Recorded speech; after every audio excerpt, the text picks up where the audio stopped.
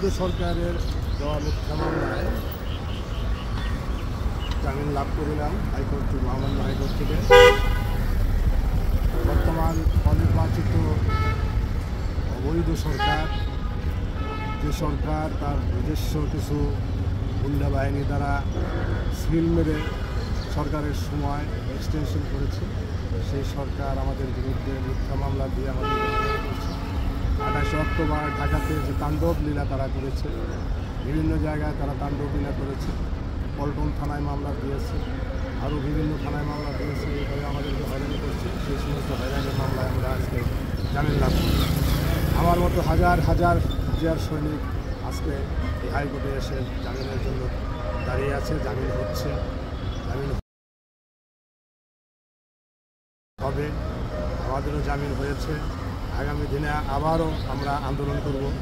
আমাদের নেতা জনাব তারেক রহমান সাহেবকে আমরা দেশে ফিরিয়ে আনার জন্য যে আন্দোলন করা প্রয়োজন, সেই আন্দোলন আমরা করব। দেশনেত্রী বেগম খালেদা জিয়াকে আমরা মুক্ত করে আনবো, মুক্ত করে এনে জনগণের কল্যাণে আবার তাকে আমরা নেতৃত্ব দেওয়ার জন্য আমরা আবারও প্রধানমন্ত্রী হিসাবে নির্বাচিত করব প্রত্যাশা রাখি। এবং আমি আজকে এখান থেকে সারা বাংলাদেশের যুব সমাজের কাছে, ছাত্র সমাজের কাছে মেসেজ দিতে চাই, আপনারা সকলে ঐক্যবদ্ধ হয়ে এমনভাবে আন্দোলন করতে হবে যে আন্দোলনে রাজপথ প্রকম্পিত হবে।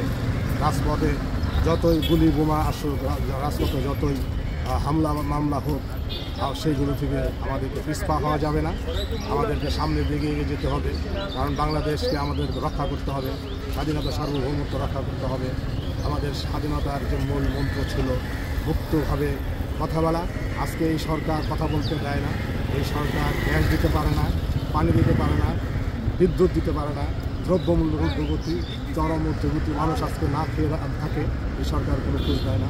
আর সরকার টেলিভিশনের সামনে বড় বড় কথা বলে হুমকি দিয়ে বিএনপিকে দমিয়ে রাখার জন্য যে অপচেষ্টা চালাচ্ছে, সেই অপচেষ্টার বিরুদ্ধে আজকে রুখে দাঁড়াতে হবে। আজকে আবারও আমি মেসেজ দিতে চাই, দেশনেত্রী বেগম খালেদা জিয়াকে মুক্ত করতে হবে এবং তারুণ্যের অহংকার তারেক রহমানকে বাংলাদেশে ফিরিয়ে আনতে হবে। জিয়া পরিবারের যে আদর্শ, সেই আদর্শ বাংলাদেশে বাস্তবায়ন করতে হবে। জিয়াউর রহমানের, শহীদ রাষ্ট্রপতি জিয়াউর রহমানের 19 দফা বাস্তবায়ন করতে হবে। আজকে আমি বলতে চাই, দীর্ঘদিন আমরা আত্মগোপনে থেকেছি, কারাগারে থেকেছি, তারপরেও জিয়ার একটি সৈনিকও তাদের মন ভাঙেনি এবং দিন যাচ্ছে এবং শহীদ জিয়ার সৈনিকরা দিন দিন আরও বিদ্রোহের মতো হয়ে আজকে জ্বলে উঠছে।